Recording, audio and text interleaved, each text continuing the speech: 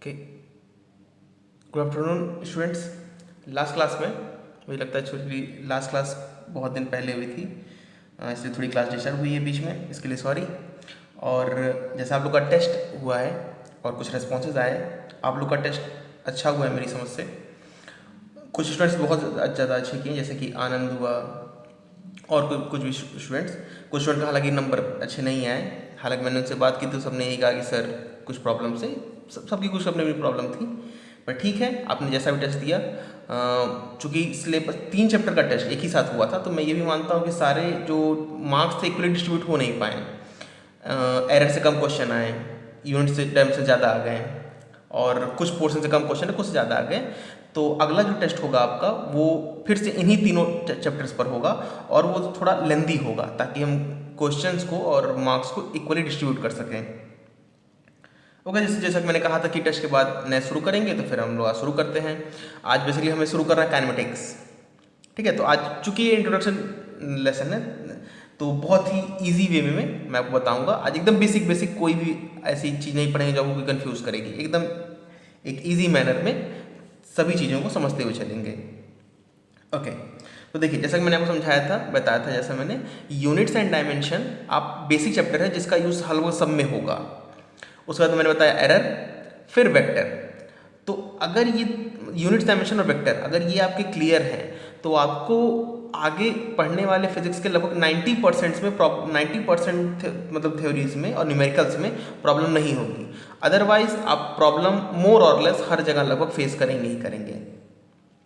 तो वैसा ही काइनेमेटिक्स है। काइनेमेटिक्स में बेसिकली आप पढ़ेंगे, सबसे पहले अगर आप ध्यान दें तो 9th क्लास को, तो 9th क्लास जैसे आपने शुरुआत की थी पढ़ने की, वैसे ही आप शुरू करते हैं 11th में भी। नॉर्मली एनालॉगस होता है 9th और 11th और 10th और 12th, ये दोनों एनालॉगस होते हैं। मतलब 9th 11th एनालॉगस है और 10th और 12th एनालॉगस है। मतलब एक बहुत मतलब वेग टाइप कंपेरिजन अगर करें तो ऐसा कह सकते हैं। 9th हमने पढ़ा था, आपने शुरुआत में पढ़ा था, नहीं असल शुरुआत ही यहीं से होती है, मोशन से ही, सीबीएसई बोर्ड में। अदर्स बोर्ड में कुछ यूनिट्स के भी थोड़े छोटे मतलब 1-2 चैप्टर इंक्लूड होते हैं। तो 9th हमने पढ़ा था speed, distance, displacement, speed, velocity, acceleration, और फिर एक डिफरेंट इक्वेशन ऑफ मोशंस।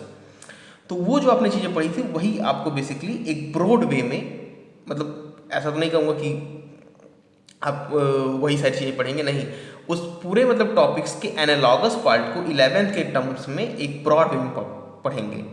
तो सिंपल जो सबसे पहले आप पढ़ेंगे, इसमें पढ़ेंगे पोजीशन जो कि वेक्टर क्वांटिटी है, फिर स्पीड, डिस्टेंस एंड डिस्प्लेसमेंट जो कि आपने पढ़ा था, कंपैरिजन लगभग कुछ वैसा ही होगा, जैसे डिस्टेंस आपकी स्केलर क्वांटिटी है, डिस्प्लेसमेंट वेक्टर क्वांटिटी है।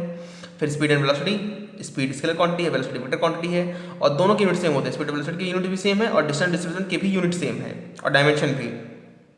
फिर अपने एक्सप्रेशन जो कि वेक्टर क्वांटिटी है, और फिर बहुत सारे टाइप्स ऑफ मोशन और बहुत सारी चीज़ें। तो ये बेसिकली इंट्रोडक्शन क्लास है। तो मैं इसमें सबसे पहले समझाता हूँ कि किस तरह हम शुरू करते हैं, किस तरह एनालिसिस शुरू की जाती है, किस तरह हमने मतलब हमें इस पूरी चीज़ पढ़ना है। सबसे पहली बात कि ये पूरा अगर आप कहें एक टॉपिक, मतलब एक नाम दिया जाए इस पूरे जितने मैंने आपको चैप्टर्स या जितने टॉपिक्स मैंने आपको गिनवाए हैं, नाम गिनवाए हैं, उसको अगर एक नाम दिया जाए तो उसे नाम दिया जाता है mechanics. Basically it is referred to as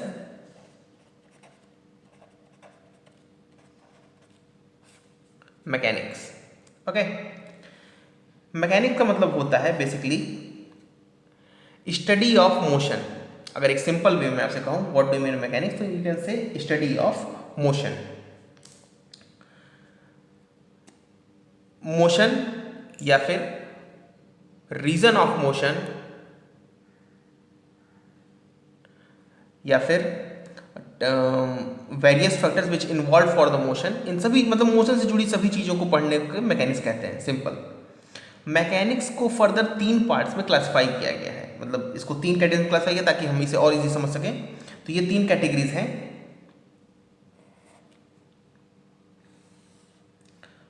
first one is statics,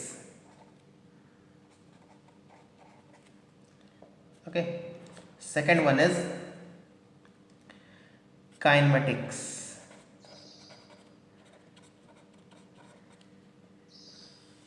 and the third one is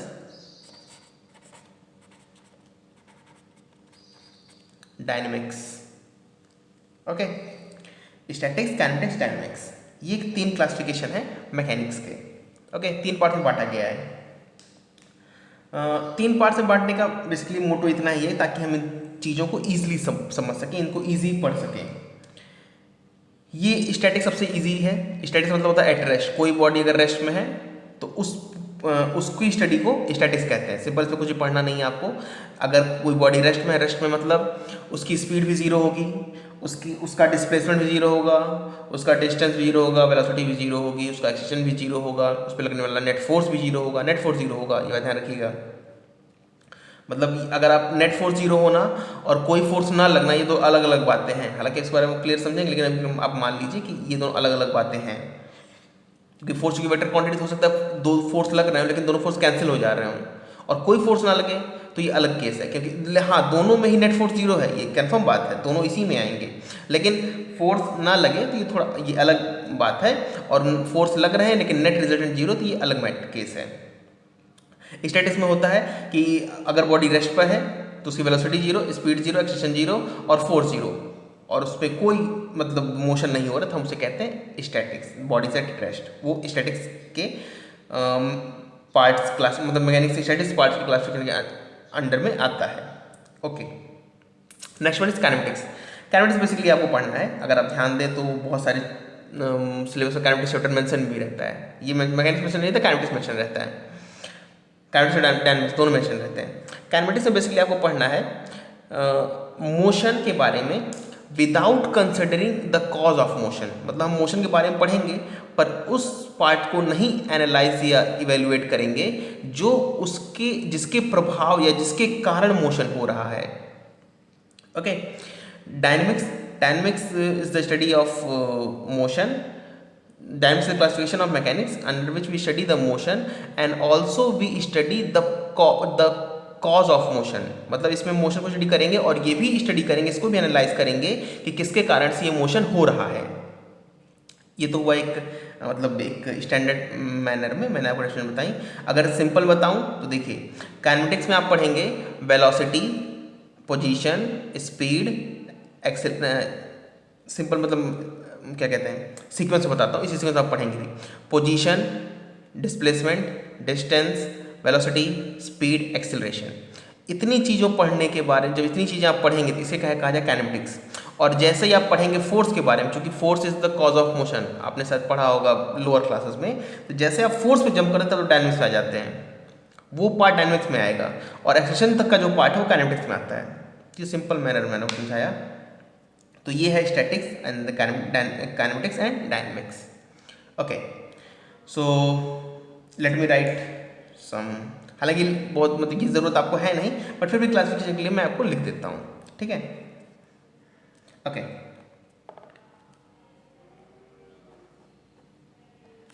when a body remains at rest, it is said to be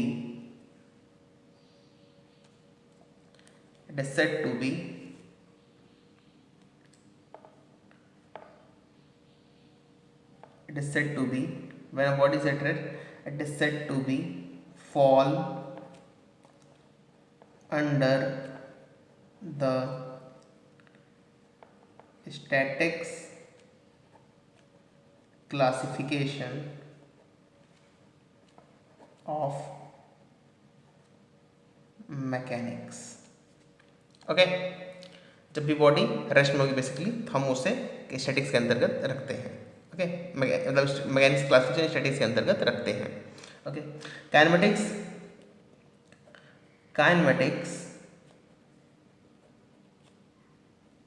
is the branch of mechanics in which we study about the motion.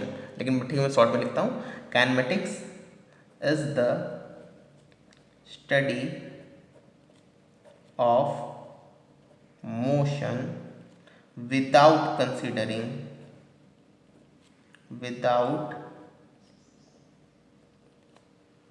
considering the cause of motion. Simple.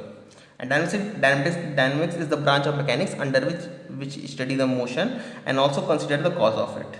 Okay. So dynamics is the study of motion and the cause of it. Okay, तो ये simple language में मैंने आपको बताया कि क्या है। अच्छा, अब देखिए इसमें टेक्निकल पॉइंट्स अगर आप देखें तो टेक्निकल पॉइंट्स आपको ये समझना है, स्टैटिक्स में आप जो पढ़ेंगे, मतलब ये तो स्टैंडर्ड लैंग्वेज हो गई। अच्छा, इनकी डेफिनेशन में कोई चिंता करने की जरूरत नहीं, ये आपके लिए कोई बहुत मतलब ऐसे कोई क्वेश्चन नहीं आएगा आप में कि आप स्टैटिक्स बताइए काइनेटिक्स बताइए। सिंपल आपसे इंट्रोड्यूस करने के लिए कोई वाई में पूछा जा सकता है। ओके, तो स्टैटिक्स में इसमें आप पढ़ते हैं, अगर मैं मतलब अगर इसकी कुछ इक्वेशन या कहें सर इक्वेशन से बताइए तो ऐसे मैं लिखूंगा, in this case v is equal to 0 means velocity is 0, displacement, चलिए मैं अभी तो हमने डिस्प्लेसमेंट कोई क्या कहते हैं, डिस्प्लेसमेंट के लिए कोई हमने वेरिएबल मार्क नहीं किया है, लेकिन हम मार्क करेंगे नॉर्मली स्मॉल डी और कैपिटल डी। ओके, पर मैं इसको पूरा लिख देता हूँ, this is velocity. Okay, velocity is 0, displacement is 0 and acceleration is also 0. This is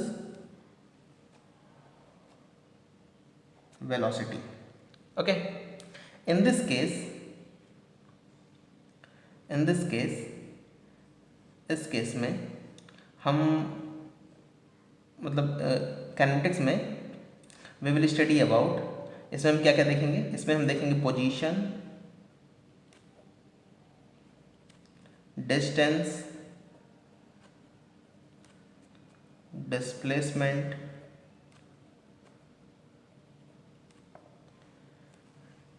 speed, velocity and acceleration. Okay, तो ये सारे पार्ट्स जो हैं ये आपके आएंगे काइनेटिक्स में। ओके, इन डायनेमिक्स में अब हम देखेंगे, डायनेमिक्स में फर्दर देख लेंगे force, work, energy and power etcetera if you want to write. तो ये सारे पैरामीटर्स आप इसके अंतर्गत पढ़ेंगे, ये सारे पैरामीटर्स इसके अंतर्गत पढ़ेंगे। ठीक है, तो ये एक ब्रॉड क्लासिफिकेशन है इन तीनों पार्ट्स का। सो position, distance, speed, velocity, acceleration, और स्टैटिक्स में ये सारे पोर्शन हमारे 0 होते हैं। So this one and this one.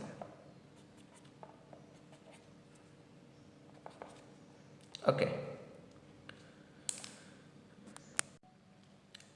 Okay, अब देखते हैं काइनेटिक्स। काइनेटिक्स में जो पहला टॉपिक देखेंगे वो देखेंगे position.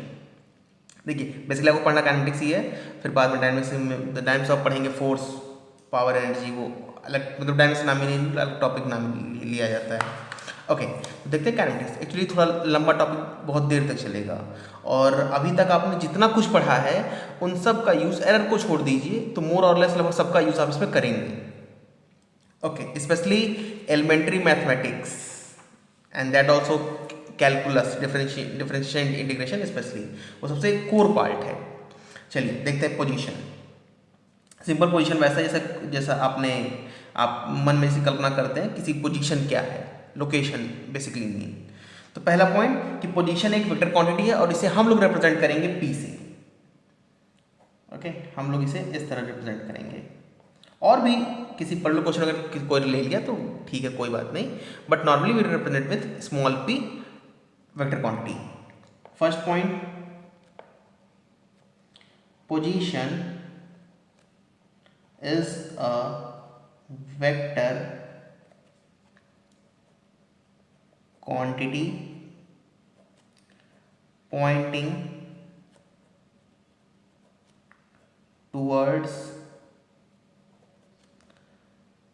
a point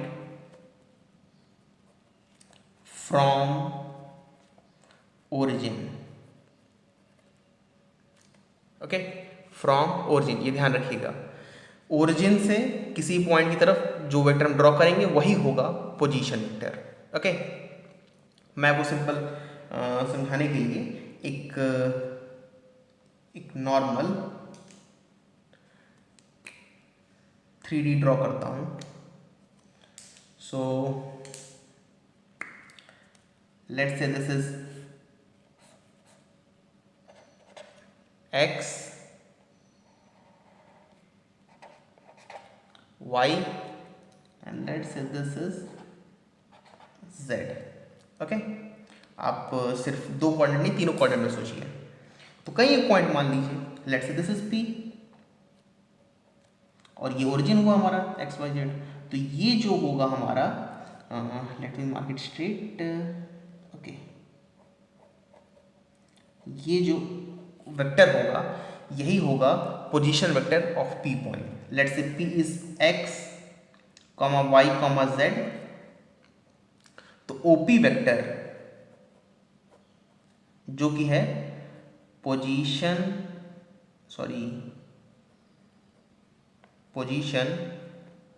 vector of P जो कि है ये होगा, देखिए x i cap y j cap z k cap, as simple as that. ठीक उसी तरह जैसा आपने वेक्टर पढ़ा था। ओके, मान लीजिए 3 2 1 होता, 3 आई कैप 2 जे कैप के कैप। मान लीजिए यहाँ पर हो जाता, लेट से एक और मार्क कर देता हूँ, चलिए लेट पी एम। तो जो ये होगा आपका, ठीक है, लेट से दिस इज 1 1 1, तो x1 y1 z1, और ये मान लेते हैं x2 y2 z2। So okay, मैं यहाँ मार्क करता हूँ छोटा सा। ओके, तो जो OM होगा position vector of M। I hope अब आप बता सकते हैं कितना होगा। ये होगा x2 y cap y2 j cap plus z2 k cap, as simple as that. Okay, so ये दोनों पॉइंट आप दिमाग में रखिएगा, कैसे हम किसी भी पॉइंट का पोजीशन वेक्टर मार्क करते हैं। Okay, this should be clear to you. तो ये दो पॉइंट आपको दिमाग में रखने हैं। ओके, पोजीशन वेक्टर क्वांटिटी है, किस तरह मार्क करेंगे ये दोनों पॉइंट। तो एग्जाम्पल में बता दी ओपी और ओएम के। तो ये रहा पी, ये रहा एम। अच्छा, अगर आपसे पूछा जाए कि ओपी ओरिजिन से कितनी दूरी पर है, मतलब ओपी का मैग्नीट्यूड कितना है, तो सिंपल आप बता सकते हैं √x1² plus y1² plus z1²। Simple आप सिमिलरली ओएम का भी मैग्नीट्यूड बता सकते हैं। तो आप देख पा रहे होंगे किस तरह वेक्टर से रिलेट हो रहा है। तो इसीलिए आपको वेक्टर पहले बताया था, और इसीलिए मैंने कहा था वेक्टर पे बहुत ज़्यादा एम्फेसाइज करके कि ये टॉपिक आपको आने वाले टॉपिक्स में, या तो अगर आपको समझ में आए तो बहुत इजी लगेगा, और नहीं समझ में आए तो लगभग हर टॉपिक्स में आप प्रॉब्लम फेस करेंगे। Okay, now let's see the next one, that is what I can say distance. Okay, अब देखते हैं डिस्टेंस।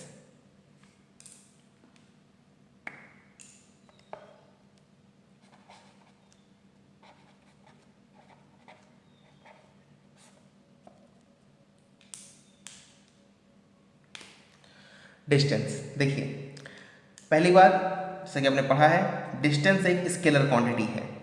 डिस्टेंस एक स्केलर क्वांटिटी है।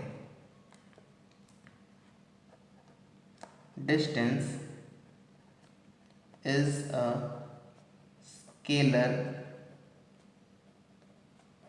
क्वांटिटी, और स्केलर क्वांटिटी होते ही हमारे लिए बहुत इजी हो जाता है इसे डिफाइन करना, क्योंकि हमें सिर्फ एक ही चीज़ डिफाइन करनी है, वो है इसका मैग्नीट्यूड। और इसका मैग्नीट्यूड हम इस तरह डिफाइन करते हैं, distance is scalar quantity which gives the path length covered, path length covered by a body.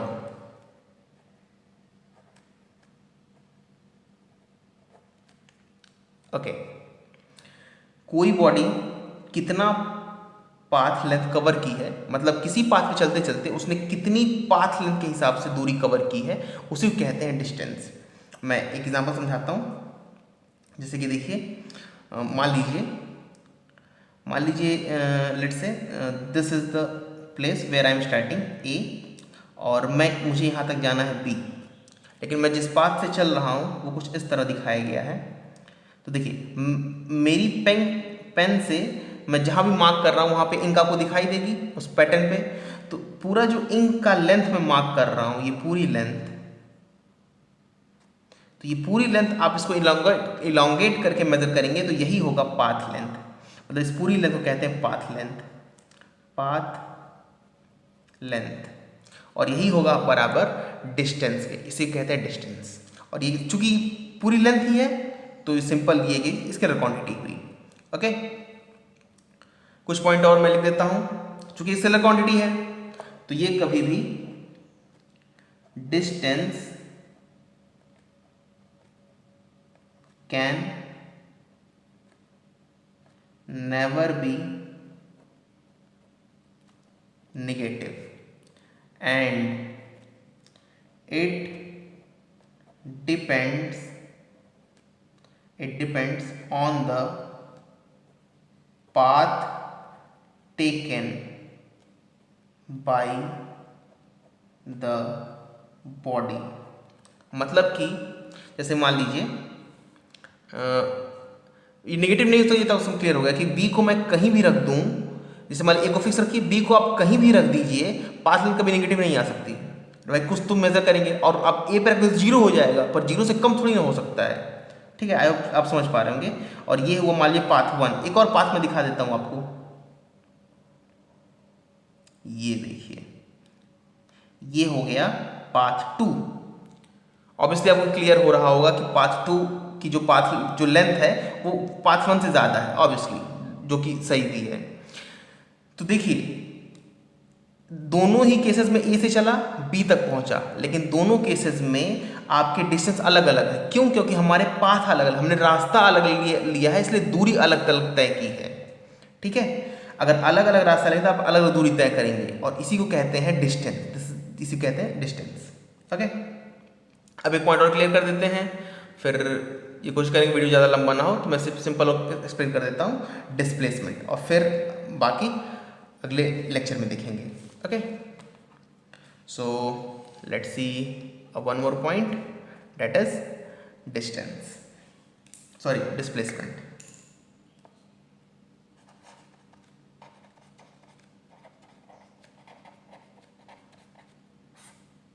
Now what do you mean by displacement? Displacement से आप क्या समझते हैं? Wait a minute.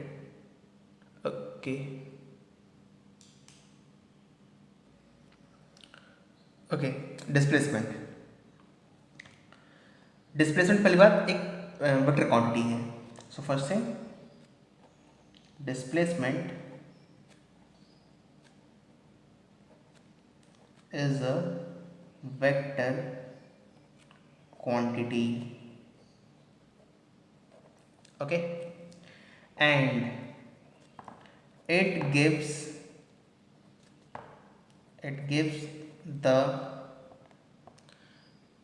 the shortest distance। I hope आपने ये पहले भी सुना होगा, आई एक्सपेक्ट क्लास 9th में ही। Displacement is the vector quantity and gives the shortest distance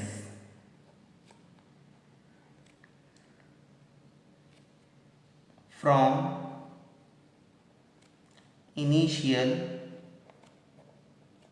position to final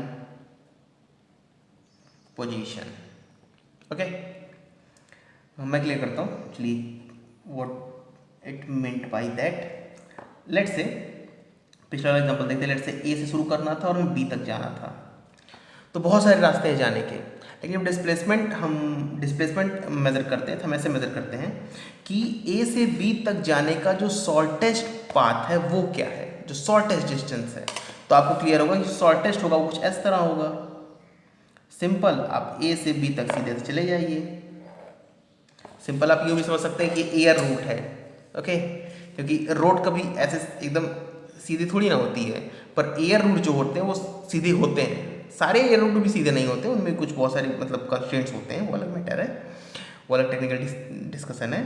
but normally जो एयर रूट्स होते हैं वो आपको लगभग, अगर आप देखेंगे एयर रूट्स गूगल पे सर्च करके, तो आपको लगभग सीधे दिखेंगे कुछ। तो ए से बी जाने का ये जो आपका हुआ, ये जो आपकी डिस्टेंस हुई, ये कहलाएगी डिस्प्लेसमेंट। ओके, तो जो शॉर्टेस्ट डिस्टेंस है इसी को कहते हैं डिस्प्लेसमेंट। एक दो पॉइंट में क्लियर कर दूं कि पहली बात कि ये वेक्टर क्वांटिटी है, तो इसका मुझे जो मैग्नीट्यूड होगा वो तो ये होगा, जो डायरेक्शन होगा वो होगा फ्रॉम इनिशियल टू फाइनल, मतलब इनिशियल से फाइनल की तरफ इसका डायरेक्शन होता है। So distance between quantity is the short distance from initial position to final position. मैं कुछ पॉइंट और लिखता हूँ कि direction of displacement vector is from initial position to final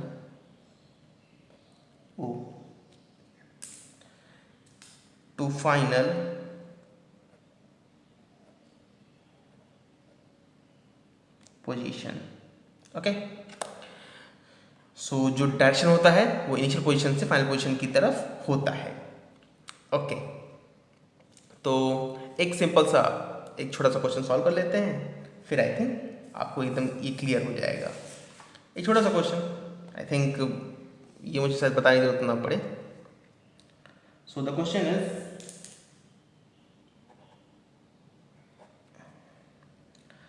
this is point A, this is point B, and this is path.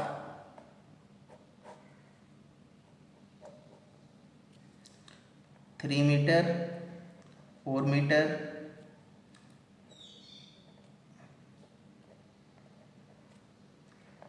find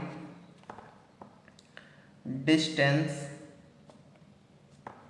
and displacement magnitude. अच्छा, magnitude मैं क्या लिखा, ये आप कहेंगे सर को डायरेक्शन तो दी नहीं है, और डायरेक्शन कैसे रिप्रेजेंट करें, इसे मैंने सिंपल आपको क्लियर कर दिया कि मैग्नीट्यूड बताना है। Okay, so no need to confuse. Okay, तो आई थिंक ठीक है, बहुत इजी क्वेश्चन है, मुझे बताते हुए अच्छा नहीं लग रहा, तो आप लोग इसका आंसर पोस्ट करिएगा कमेंट सेक्शन में। ओके, और अगली क्लास में देखते हैं। ओके।